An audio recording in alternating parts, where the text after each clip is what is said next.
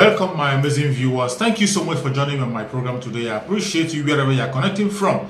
If you're joining me from Africa, from Asia, from Europe, from America, or from Australia, thank you very much for joining me on my program. Thank you for all your contribution on the comment section. Please always try to comment after watching my video. Put your comments according to what you have watched. If you have any observation you have made, put it down in the comment section. Let us march together to victory. Nobody knows it all. That is why we are putting out the word out there. Share the information as you get it. As you get the video, share the video with every platform that you need to share with, that they need to hear what we are saying. Share it on your platform, no matter how small, no matter how big. Continue to share to friends and relatives so that people can hear our voice. We will not allow them to change the narrative. You know the war that we are in, the media war. The Nigerian Janjaweed government have taken over the media, the international media and their conventional media in Nigeria. So, if you do not speak on the social media to tell people what is happening, they are not going to know the true story. That is why you and I have to talk. We don't have to be silent. It doesn't matter how long it takes. It doesn't matter what you are doing. Make out time to air your own opinion. Speak up about the Biafran issue. Let me tell you, now that our supreme leader Mazi Nnamdi Kanu has been held by them, this is when we are going to talk more, much more than we have ever done. All along, Mazi Nnamdi Kanu has been with us there, and he has been doing a great job. He has raised an army of soldiers, both on ground and online. We are all alive and very well. This is the time for us to show what we have learned from Mazi Nnamdi Kanu. We have to show what we have learned. Don't be silent. Don't be a coward.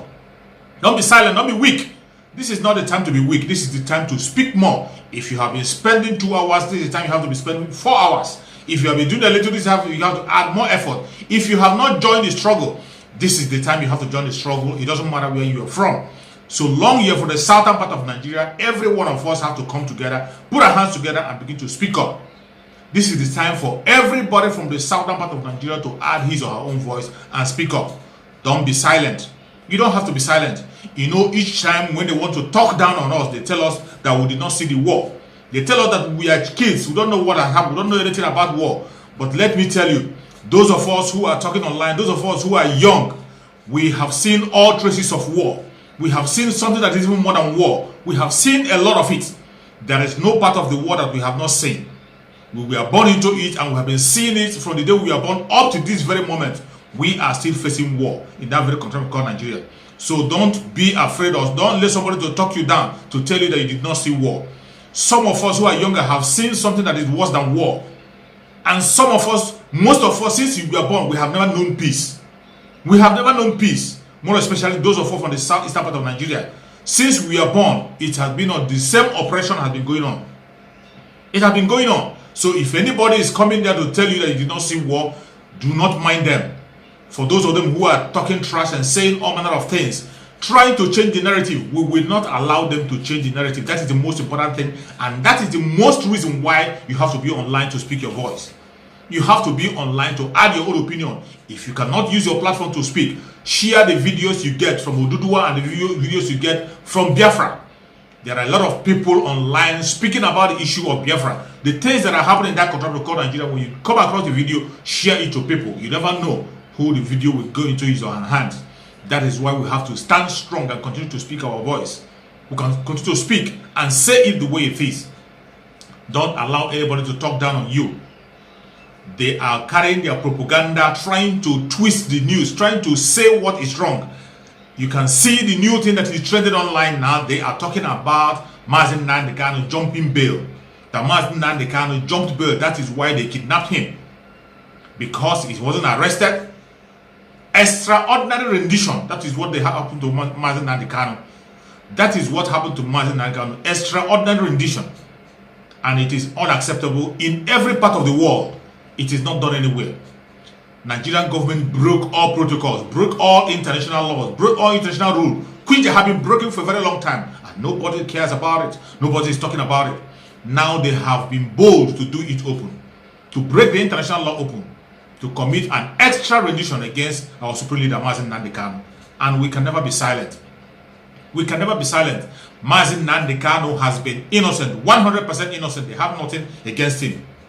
Even when he came to their court to face them, they could not be able to face him.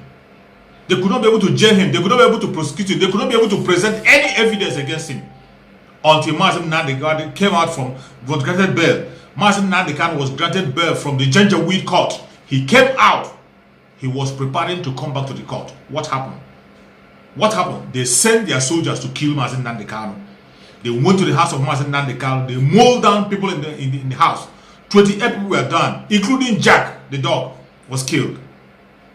And Mazi Nnamdi Kanu, by the special grace of Chukwu Kabiama, escaped them. And today, what the media of that contraption call Nigeria, the evil that they have planted now, to even the international media have joined them to talk about Mazi Nnamdi Kanu jumping bail. Mazi Nnamdi Kanu did not jump bail. For those of you who have not seen the video of what transpired in the house of Mazi Nnamdi Kanu, you can check some of my videos. You will see what transpired in the house of Mazi Nnamdi Kanu. They came to his house to kill him. The military came to the house of Mazi Nnamdi Kanu to kill him while he was preparing to go to court. 4 days to the court. And it is only a 3 that will hear that you want to kill him, and he will stand. Even an animal, when you come with an animal with a weapon, the animal will take off. You will only be alive for you to attend your case. If you're not alive, you cannot attend your case. This was what transpired.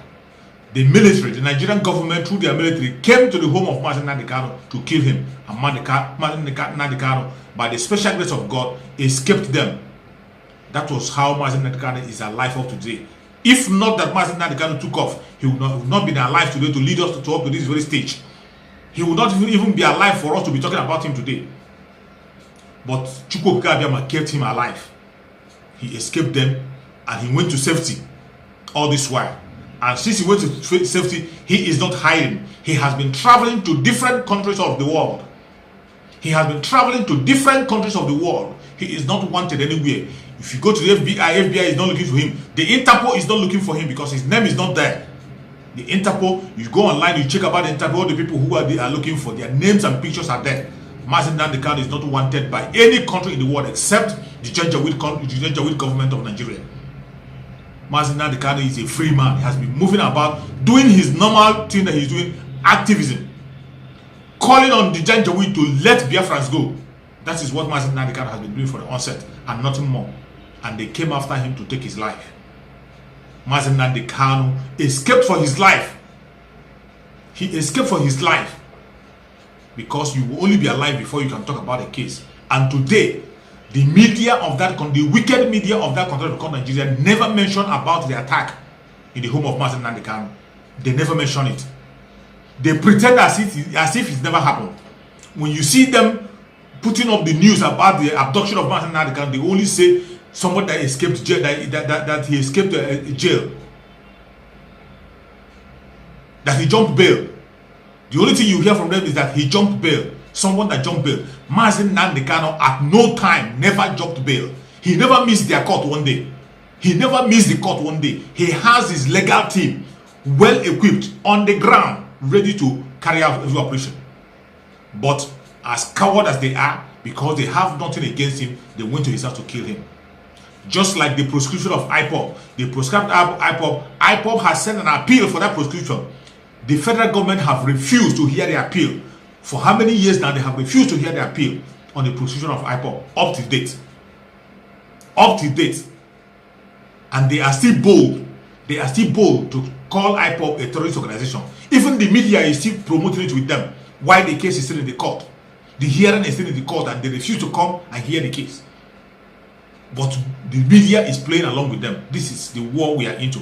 This is more reason why you should come out and add your own opinion and share the videos when you get it. Mazi Nnamdi Kanu has never at any time jumped bail. He has never at any time jumped bail. So whoever is carrying that propaganda, tell them that he never jumped bail. And there's no way they can scare us away. It doesn't matter what you do. You can hold Mazi Nnamdi Kanu, whether you arrest him or you don't arrest him. We know that Mazi Nnamdi Kanu is coming out healthy and healthy to continue the struggle. Mazi Nnamdi Kanu is coming out with our freedom. We are walking into Biafra with Mazi Nnamdi Kanu. It doesn't matter what you do. Your threat cannot stop us. You have been calling us several kinds of names, call us miscreants, that those who are asking for Biafra are those who do not witness the war, those who are asking for Biafra are those who are jobless. But let me tell you, to your own surprise, today, those people you call miscreant has made you have a sleepless night. The whole world is talking about them. The whole world is talking about them. And it is among them you can get the most intelligent people in that your contraption. The most intelligent people in that your contraption belong to IPOB. They are the people who are fighting for self-determination. And thank God today, the Odudua have joined the struggle. The Odudua have joined the struggle, asking for self-determination. And Sunday Igboho cannot be cowed.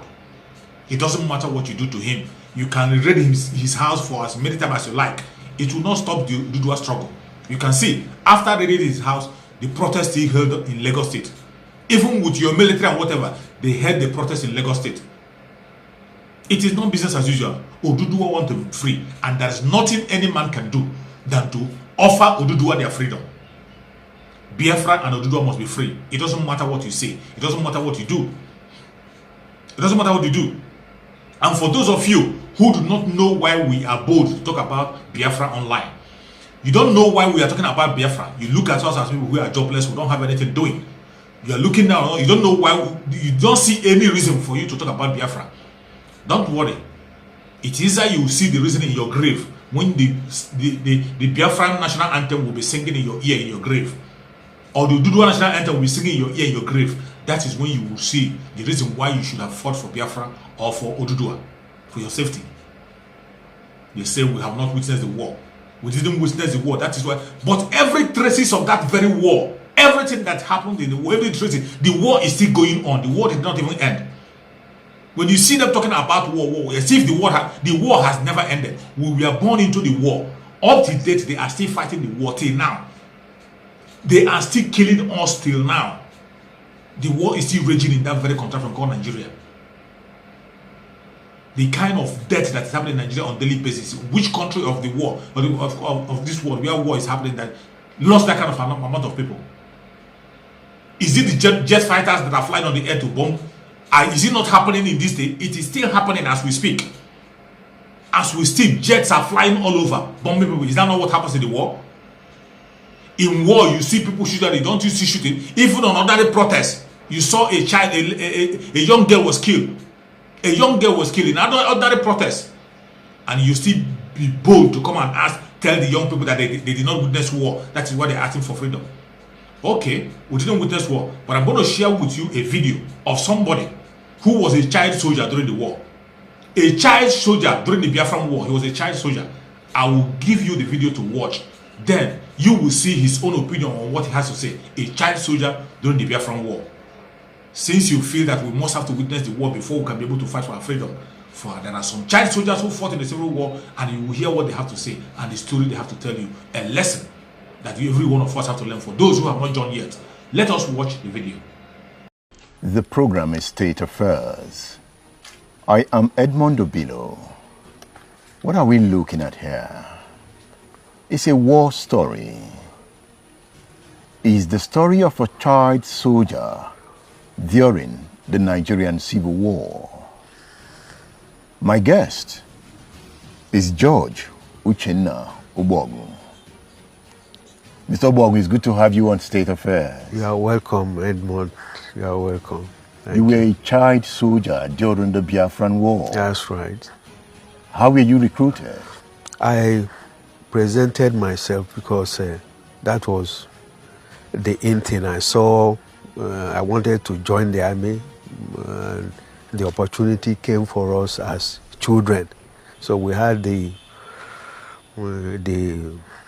boys' company. And so I joined. I was very happy. Wanted to join the army? I wanted to join. Why? Because of the situation that time, I wanted to defend that new republic called Biafra. You wanted Biafra? Yes. I wanted to be part of it. That's why I joined the army. You were passionate to defending the Igbo? I was passionate. I was a scout, and I wanted to. How did young persons like you see Ojukwu at the time? Ojukwu was a commander, very strong, very strong-willed, and he was able to motivate us into sacrificing all to defend our fatherland. Even as children? Yes. You all were ready to fight? We were very ready, even with sticks. You know, there is this song, and we were carrying sticks. Can you sing that again?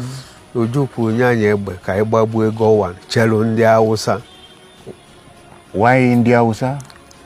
Because that was the enemy at that time. Was India Hausa. Did you, as child soldiers, you handled guns? Why, fine. What kind of guns? AK-47. And I handled SLR, that's Beretta, for some time. Occasionally, but AK-47, unfortunately, I don't have any photographs to show. I don't have. Very, very unfortunate. And some of you succeeded in going behind enemy lines as spies. Of course, that was our primary recruitment, to go behind the enemy lines, to spy out the positions, especially the heavy guns, where they have the armored cars, the artilleries, the rocket launchers, the mortar guns, and so on. That was our primary aim of being recruited, so that we will now come and make a report. And so our people will now know how to go and dislodge all those arsenals. Were the child soldiers trained to be spies? Were there instructions before you were deployed to the field? Yes, we were trained. We were trained. I was trained at Igboho Grammar School.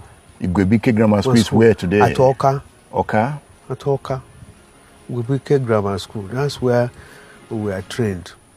And then given special trains in some areas also, how to handle cigarettes, how to handle newspapers, how to handle even guns. We are properly trained. So how did you go behind the enemy lines? You know, in those days, that time, all the areas occupied by the federal troops, they still have civilians. They had civilians, especially Oka, Enugu, Axis. They had civilians there, and people move about, though they try to restrict them, but as we move about, they take us as children of the community, and so we are not. They didn't suspect initially, but it was when we started giving good reports, and then they started being hammered. They started wondering, how do these people leak out information to the rebels? So they started being hard on any grown-up man in the community that they are spies, kind of, not knowing that it was all these young the children. The children that were doing that. Were some of you caught? Yes, unfortunately, some of us were killed. Were killed? Yes, some of us were killed. I remember on a particular occasion, they were killed. In our group, we were 5. 2 of them were killed. How did it happen? We went, it was in the night. We went behind the enemy line, and we were able to move about, saw what we wanted to see, but unfortunately, they saw us, and they didn't shoot at immediately. They followed us. There was a barbed wire I passed through. Others were passing. That was when they started shooting, and they got 2 of our young boys, small boys, and they were dead. But we got back to make the report. You still made the report? Of course, and it was very exciting as far as we were concerned. But they killed members of your team. Yes, but the aftermath of our activity, we were very happy, because our Biafran forces were able to dislocate some of the big guns, because the big guns were a big problem. Yeah, they were a big problem, especially the armored cars. What was the problem with Biafra? Is it that Biafra didn't have enough armory? No. Biafra didn't have enough guns, not to talk of heavy guns. Most of them were captured ones. Biafra didn't have heavy guns, so they relied on, number 6. We say number 6 to track down. We lay ambush. That's when we get hold of these people. Sometimes we don't even kill them. We just remove the uniforms, take away their guns and so, and tell them to run. And you see them just racing back. Very, very interesting thing. Very, very interesting. But war is bad, right? War is bad. It's not good. It's not good, but there must be a cause for war. And like my people will say, that is dialogue. You won't take because people die, then you will go to war. No. If there is need for war, there has to be. Today I see young Igbo boys in the East. Some are members of MASOB, some are members of IPOB. Yes. They want Biafra. You begin to ask, why Biafra? I thought by now we should have moved on. No. You see, though many of them didn't see the war, but from oral tradition, stories, maybe some read from books, and seeing what is happening, nobody from that area will tell you all is well. No. What is happening? It looks as if that area is not part of Nigeria. In terms of, I know Enugu-Onitsha Road, even when I was in the secondary school, in the 70s, 80s, there was no road. They started an express road. It is still under construction up till now. How many years? 50 years plus. When people see that, and then the total militarization of the area, from here to here is heavy military checkpoint, which you don't see in other parts of Nigeria. It might be because of the threat to secede, the call for self-determination. The call for self-determination came recently, really. But what I'm telling you, immediately after the Civil War, there was this heavy militarization. Even though they tried to decongest, move away a lot of battalions and brigades away from the east, but it is still there. It is still there. It has made the people to be militarized. That is the word. They are militarized. So everybody is tensed up. All they know is everything by force. Yeah? So it has become the war psyche. Yes, they are psychologically.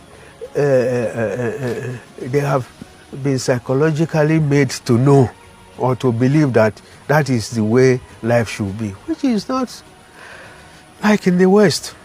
Very civil. You move about, nobody intimidates or harasses you. But over there, the police, the army, the Air Force, the Navy even have checkpoints. I don't know whether there is any. I don't know. Does that annoy you? Not that it annoys me. It worries me. It worries you? Yes, it worries me. Those things should be dismantled. I know the fear. They are, whether they put it or they don't put it, the cry for secession is still there. It's not whether the checkpoints are there, the military people are there or not. The thing is there. It's in the heart of most of the people over there. Let's go back to time. I've read war literatures on the Biafran War. Yeah, a lot of them. I've read about Ifajuna. Yes. I've read about Victor Banjo. Yes. Ojuku is prominent in all the stories. Yes, Banjo. Did you ever meet Ifajuna? Not one-on-one, but he came to address us in my school then, Dennis Memorial Grammar School, his alma mater. just after the coup, when he came back from Ghana. After the 1966 after coup. the 1966 coup. He was part of the coup. He was part of the coup. He ran away to Ghana. He told us all these stories. He told us everything. And said that they wanted Nigeria to be one, to be good. Corruption, nepotism, and so on and so forth. They want to destroy all those in the life of Nigeria. But there are some forces who were against them. So all of us who were shouting, away with corruption, away with, we were singing in the assembly hall, clapping for him and so on and so forth. And he carried that into Biafra. Is that what you were told or what you read? That he carried that one Nigeria into Biafra? No, he was in Biafra now. Yeah. Fighting with Biafra for one Nigeria. How do you reconcile the two? So he had the agenda of still wanting Nigeria to be one. In opposition to the ideals of Ojukwu and Ndibo. Thank you. Ndibo wanted Biafra by all means. By all means. Then himself wanted Nigeria by all means also. Himself, Victor Banjo. That is group, yes. So their going to the Midwest was an opportunity for them to try and see if they can link up with forces maybe in the West and see if they can get hold of the West, then make Ojukwu to cow down, and then one Nigeria, that kind of thing. I don't know. Was that offense hard enough to have caused their execution? Sabotage.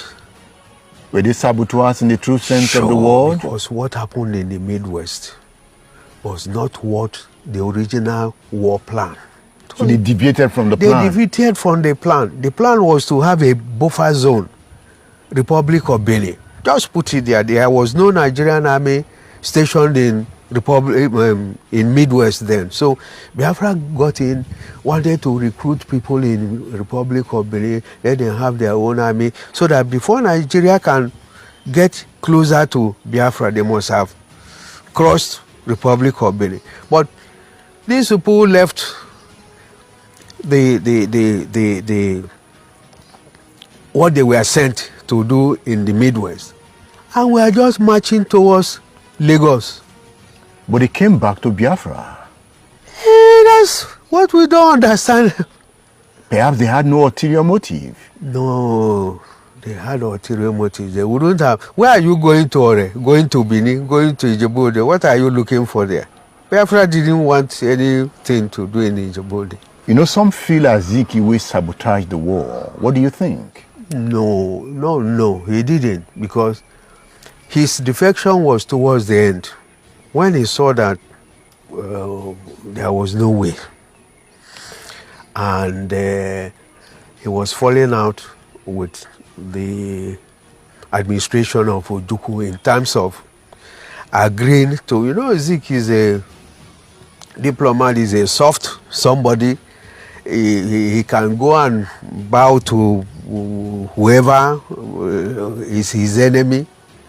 And the people said, no, we cannot follow you along this line to renounce Biafra and start to talk of something. I think that was why he said he cannot continue, because everybody said no to all his suggestions. Perhaps he was right. He saw the picture clearer. Sometimes they say he's mysterious, that Zik can see things which ordinary people don't see. Maybe he was right, but at that material time, nobody wanted to listen to him. Nobody wanted to listen to him. So himself decided to decamp and went to Nigeria, I think. And then that was towards the end of the war. Even Ojukwu at the time had to run away. Ojukwu had to be asked to go. I don't think he decided to go by himself. We all were not very happy with what was happening towards the end of it, because there were no materials to fight with. In fact, so it was very difficult holding onto positions with heavy guns, pounding all the places. It was very difficult. So it wasn't really no victor, no vanquish. No. Forget about all that. Ndibo lost the war. They lost the war. They were defeated. After hearing from him, what else are you telling me? What else will you tell me? What else, what reason again are you looking for you to join the struggle for your safety? The struggle for your freedom. Either you are from Biafra, you're from any place you are from the southern part of Nigeria, what are you waiting for to fight for your freedom, to speak up for your freedom? What are you waiting for? You are waiting until you see a knife or your head is off before you join the struggle. It is time. It is now or never. It is now or never. No matter what they do, Mazi Nnamdi Kanu has done the necessary thing to do. He has done the most important thing to do in this struggle is to wake people up and let them know what's happening. Mazi Nnamdi Kanu has done a marvelous work. He has done a marvelous work, and we have to continue following his footsteps and continue to push that message that he has given us to the end of the earth. We will never stop. It doesn't matter what they do, we will never stop. May Chukwu Okike Abiama guide and protect Mazi Nnamdi Kanu wherever he is. May Chukwu Okike Abiama give Mazi Nnamdi Kanu more strength and knowledge to continue to be strong. May Chukwu Okike Abiama send his angels to guide and protect Mazi Nnamdi Kanu. Nothing will happen to him. We will march into Biafra with Mazi Nnamdi Kanu. In a very short while, Mazi Nnamdi Kanu will be with us. Thank you so much for watching from wherever you are watching from. May Chukwu Okike Abiama also protect Igboho. Protect Igboho wherever he is. Protect Igboho and all people who are fighting for their freedom in Odudua land. All the people who are fighting for their freedom in that very contraption called Nigeria. May Chukwu Okike Abiama continue to protect all of you. We shall all be safe. Mazi Nnamdi Kanu will be safe, and he will meet us and we will march into Biafra together. Thank you so much for watching wherever you are watching from. Remain blessed. Bye-bye. See you again on the next video.